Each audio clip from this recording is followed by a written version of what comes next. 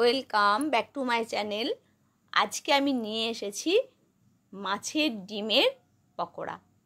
মাছের ডিমের পকোড়া আমি কি করে বানাচ্ছি সেটা আপনাদের সাথে আজকে আমি শেয়ার করে নিচ্ছি।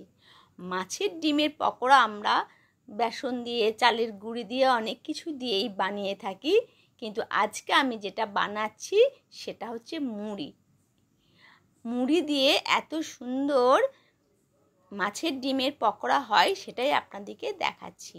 মুড়িকে খুব ভালো করে গুঁড়ো করে নিয়ে ছাঁকনিতে ছেঁকে নিয়ে খুব সুন্দর, একদম দেখুন এত সুন্দর, একদম বেসনের মতনই একদম বেরিয়ে যাবে। আর আমরা মুড়িটা কি হয় দিলে পরে ভীষণ মচমচে হয় পকোড়াটা। এইভাবে দেখুন একদম পুরো বেসনের মতনই হয়ে গেছে কিন্তু মুড়ি গুঁড়োটা। এবার মুড়ি গুঁড়োটা আমি বাটির মধ্যে ঢেলে নেব আর আমি মাছের ডিমের সাথে মিশিয়ে নেব। প্রথমে আমি মুড়ি গুঁড়োটা নিয়ে নেব। দেখুন একদম পুরো বেসনের আর চালের গুঁড়ি কিচ্ছু লাগবে না এতে, এটা মেশালেই শুধু হয়ে যাবে একদম মচমচে পকোড়া। হয়তো আপনারা করে থাকবেন এইরকম, কিন্তু সেটাই আপনাদের সাথে শেয়ার করছি। যদি কেউ না জেনে থাকেন তাহলে এইভাবে করবেন, খুব সুন্দর মচমচে পকোড়া হয়। মাছের ডিমটাকে খুব ভালো করে পরিষ্কার করে নিতে হবে। আর আমি খুব ভালো করে একদম যাতে কোনো নোংরা না থাকে পরিষ্কার করে নিয়েছি আমি ধুয়ে। তারপরে আমি নিয়ে নিচ্ছি লঙ্কা কুচি, ঝালের জন্য। ঝালটা নিজেদের মতো, যে যেমন ঝাল খাবেন। আর পকোড়াতে একটু ঝাল ঝাল হলেই কিন্তু খুবই ভালো লাগে। আর নিয়ে নিচ্ছি আমি পেঁয়াজটাও আপনাদের আন্দাজ মতো নেবেন, যার যতটা মাছের ডিম হবে সেই হিসেব মতোই কিন্তু পেঁয়াজ নেবেন। এবার পেঁয়াজগুলোকে আপনারা সরু সরু করে কাটতে পারেন বা চৌকো চৌকো করেও কাটতে পারেন, যে যার যেমন যেটা খেতে ভালো লাগবে। আমি সরু সরু করে পেঁয়াজগুলোকে কেটে নিচ্ছি। আর কতটা পরিমাণ, অল্প পরিমাণও দিতে পারেন, বেশি পরিমাণও দিতে পারেন, সেটা নিজেদের মতো যেমন খেতে ভালো লাগবে। তবে পেঁয়াজ দিয়ে তো পকোড়া হয়, কিন্তু মুড়িটা কিন্তু দিলে ভীষণ ভালো হবে, এটা কিন্তু আমি গ্যারান্টি দিয়ে বলতে পারি। একদম আর কিচ্ছু চালের গুঁড়ি, বেসন লাগবে না। আর আমি দিয়ে দিচ্ছি ধনে পাতাগুলোকে খুব ভালো করে আমি ধুয়ে নিয়ে একদম কুচি কুচি করে দেব, তাহলে কিন্তু খুব টেস্টি হবে এই পকোড়াগুলো।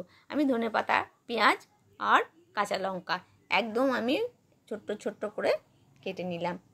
আমার কাটা হয়ে গেছে। এবার আমি তুলে নেব প্লেটের মধ্যে কাঁচা লঙ্কা, ধনে পাতা আর পেঁয়াজ কুচি। এবার আমি কড়াইটাকে তেল দিয়ে দেব, গ্যাসটা আমি ধরিয়ে দিয়েছি। ব্যাস, দিয়ে এবার আমি চলে যাব পকোড়াটা মাখিয়ে নেব। মাছের ডিমটা আমি এবার মাখিয়ে নেব। এতে আমি হলুদ দিয়ে দেব রেড চিলি পাউডার, আর পেঁয়াজ, কাঁচা লঙ্কা, ধনে পাতা যেটা আমি কুচিয়ে রেখেছি সেইটা আমি দিয়ে দেব।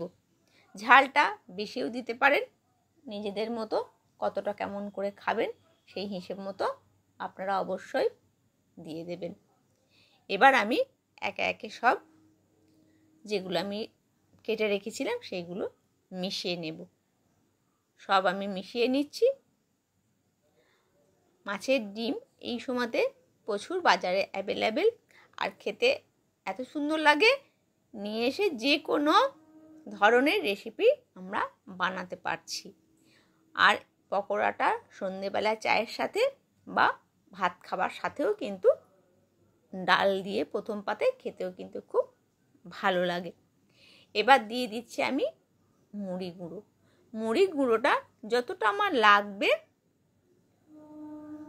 ডিমটা পকোড়াটা বানানোর জন্য ততটাই দিলেই হবে। যেহেতু আমরা চালের গুঁড়ি, আমাদের কি হয় যে জলজলে ভাবটা আমাদের চালের গুঁড়িতে শুষে নেয়, সেটাই মুড়িতে শুষে নেবে। আর একটা আমি মশলা দিচ্ছি, যেটা চিকেন মশলাটা এতে যদি আপনারা একটু মিশিয়ে দেন খুব টেস্টি খেতে লাগে। অল্প পরিমাণে চিকেন মশলাও কিন্তু এতে আমি মিশিয়ে দিলাম। এবার আমি ভালো করে মাখিয়ে নেব। আর যদি লাগে তখন অল্প সামান্য মুড়ি দিলেই হবে, বেশি লাগে না। মুড়িটাও চালের মতনই, পুরো জলটা না ও টেনে নেয়। ব্যাস, এইভাবে আমি এটাকে মাখিয়ে নিলাম। এবার যতটা আমি পকোড়া বানানোর মতো আমার হবে ততটাই আমি মুড়ি দেব ওর সাথে মিক্সড করে। ব্যাস, কড়াইয়ে তেল গরম হয়ে গেলে আমি একে একে পকোড়াগুলোকে ছেড়ে দেব।